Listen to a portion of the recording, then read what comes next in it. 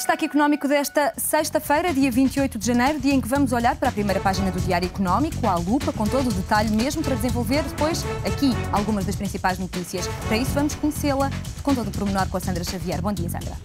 Vamos então conhecer as notícias que fazem a primeira página do Diário Económico desta sexta-feira. Na manchete, Montepio Geral vai aumentar capital em 345 milhões de euros. A operação, justificada pela compra do Finibanco, irá reforçar o capital para 1.145 milhões de euros. É mais um banco a aumentar capital, seguindo as recomendações do Banco de Portugal.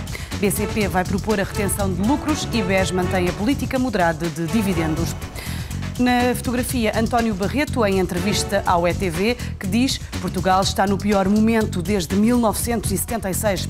O presidente da Fundação, Francisco Manuel dos Santos, fala sobre a crise, eleições e sobre o futuro do país. E por falar em futuro do país, falamos também de desempregados que deixaram de receber subsídio. Já são mais de 45% e ainda emissão de obrigações. PT regressa ao mercado e obtém empréstimo de 600 milhões de euros. Nesta edição de hoje, no Outlook de Cultura e Lazer, contamos-lhe quais são os saldos em viagens, restaurantes e livros que não pode perder. Saiba como e onde aproveitar bons momentos a preços baixos e ainda os concertos de Camané em fevereiro. Ainda uma chamada de atenção para o setor automóvel. A Auto Europa paga mais de 2 milhões em prémios a funcionários. O pagamento, justificado pelos bons resultados em 2010, vai ser em março e beneficia 80% a 90% dos trabalhadores.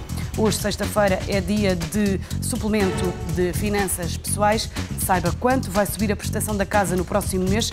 Quem revir o crédito à habitação em fevereiro vai ter a prestação mensal subir, vai ver, aliás, a prestação mensal subir até 15 euros. O Diário Económico dá-lhe a conhecer 6 soluções para fintar a subida dos juros. Ainda uma entrevista a Susana Albuquerque, aliás, da ASFAC, que conta como gera o dinheiro e ainda investimentos em arte contemporânea bateram as ações. A DECO revela também quais são os melhores seguros multirriscos. Estas são apenas algumas das notícias que podem ser lidas hoje no Diário Económico.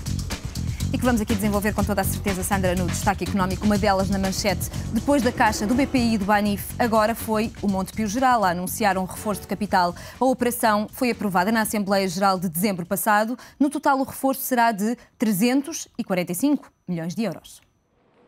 Primeiro, a hipótese foi descartada quando o Banco de Portugal alertou para a necessidade da banca reforçar capital. Depois, num curto período de tempo, houve 4 instituições a anunciarem reforços num total de 1.200 milhões de euros. Agora é a vez do Montepio Geral revelar que vai também seguir esta estratégia. São 345 milhões de euros que se vão juntar aos atuais 800 milhões naquele que é o maior reforço da instituição em pelo menos 8 anos. Tomás Correia explica que o reforço é necessário para a aquisição do Finibanco e para cumprir os requisitos de Basileia III e lembra que nada tem a ver com as recomendações do Banco de Portugal.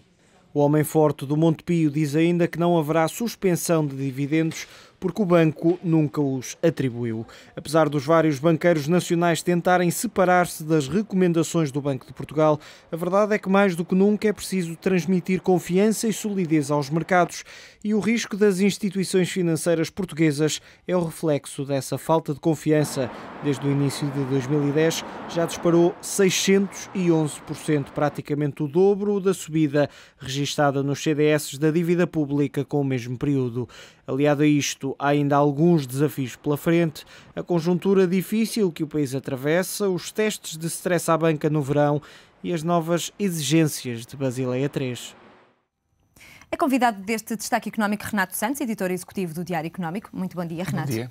Antes de mais, perguntar-te porque esta decisão do Montepio Geral de fazer este aumento de capital, que é o maior de sempre.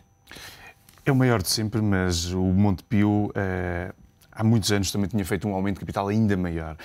Este aumento que está agora em cima da mesa são 345 milhões de euros, ou seja, o capital do Montepio está hoje em 800 milhões, vai passar para 1,1 mil milhões.